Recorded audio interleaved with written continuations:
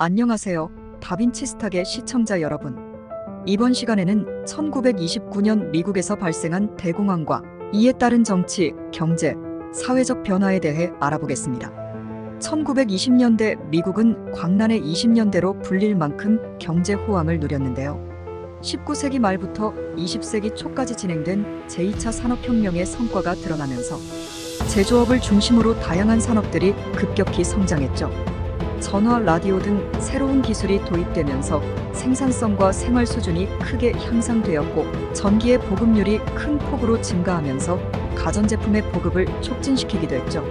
하지만 무엇보다 제1차 세계대전의 승전국으로서 누린 이점이 경제 부흥에 가장 중요한 역할을 했는데요. 금을 대가로 유럽 국가들의 전쟁 물자를 조달한 미국은 세계 최대의 금 보유국이 되었고, 이는 훗날 브레튼 우즈 체제에서 달러를 기축통화로 삼는 데 중요한 역할을 하게 되죠.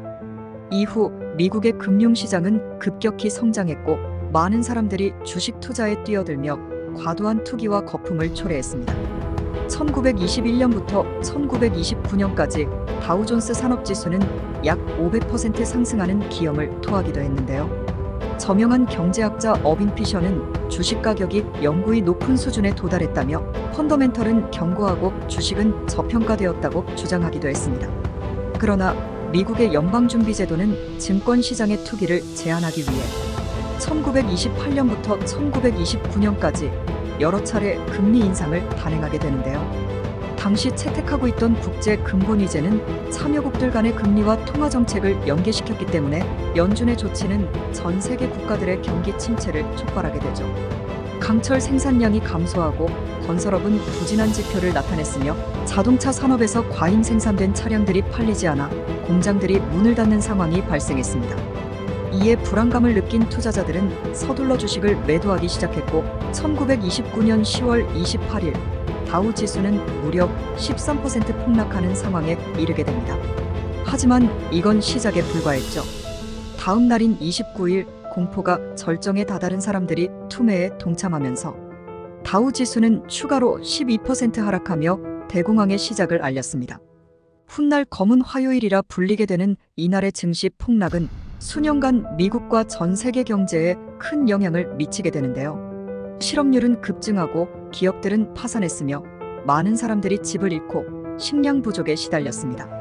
게다가 은행들은 대출을 통해 주식 시장에 자금을 공급했지만, 시장 붕괴 후 대출금을 회수하지 못해 파산하는 은행들이 속출했습니다. 하지만 여기서 연준은 또 한 번 실수를 반복하게 되는데요. 금리 인하를 통해 경제를 자극하려 했으나 불안감을 느낀 사람들이 돈을 쓰지 않고 현금을 보유하려는 경향이 강해지면서 통화정책이 효과를 발휘하지 못했습니다. 설상가상으로 1931년 영국이 금본위제를 포기하면서 미국에서도 금 유출이 발생하기 시작하죠. 이에 연방준비제도는 금본위제를 유지하기 위해 다시 금리를 인상하는 악수를 두게 되어 경제를 더욱 침체시키는 결과를 초래하며 진퇴양난에 빠지게 됩니다. 그러나 이때 영국의 경제학자 케인즈가 혜성처럼 등장했는데요. 케인즈는 그의 저서 고용, 이자 및 화폐의 일반 이론에서 당시 주류 경제학자들이 신봉하던 세이의 법칙을 강하게 비판했습니다. 세이의 법칙은 공급은 그 스스로 수요를 창조한다는 이론으로 물건을 생산하면 자연스럽게 팔린다는 전제를 가지고 있었습니다. 그러나 케인즈는 대공황을 통해 이 법칙이 현실과 맞지 않음을 지적했는데요. 사람들이 물건을 살 돈이 없기 때문에 기업이 생산한 물건이 팔리지 않고, 이는 다시 기업의 생산 축소와 실업 증가로 이어지는 악순환을 초래한다고 보았습니다. 특히 대공황과 같은 불경기에는 현금을 보유하려는 경향이 강해져서 통화 공급이 증가해도 소비와 투자가 늘지 않는다고 설명했죠. 따라서 그는 정부가 적극적으로 개입하는 재정 정책을 통해 유효 수요를 창출해야 문제를 해결할 수 있다고 주장했습니다. 하지만 그의 이론은 당시 고전 경제학자들에게 많은 비판을 받았는데요. 심지어 1934년 케인즈가 백악관을 방문했을 때 프랭클린 루즈벨트 대통령은 케인즈의 설명을 이해하기 어렵다고 느꼈고, 그를 경제학자가 아닌 수학자처럼 여겼다고 합니다. 그러나 다양한 시도에도 불구하고 별다른 효과를 보지 못하게 되자 결국에는 케인즈의 정책을 적극 수용하게 되는데요. 이후 그는 테네시강 개발 사업과 같은 대규모 공공사업을 통해 일자리를 창출하고 증권거래위원회와 예금보험공사를 설립하여 금융 시스템을 안정화하려 했습니다. 그리고 노인과 실업자들을 지원하는 사회보장법을 실행하여 경제적 불안감을 줄이기 위해서 노력하는 등 현대복지국가의 기초를 다지기도 했죠.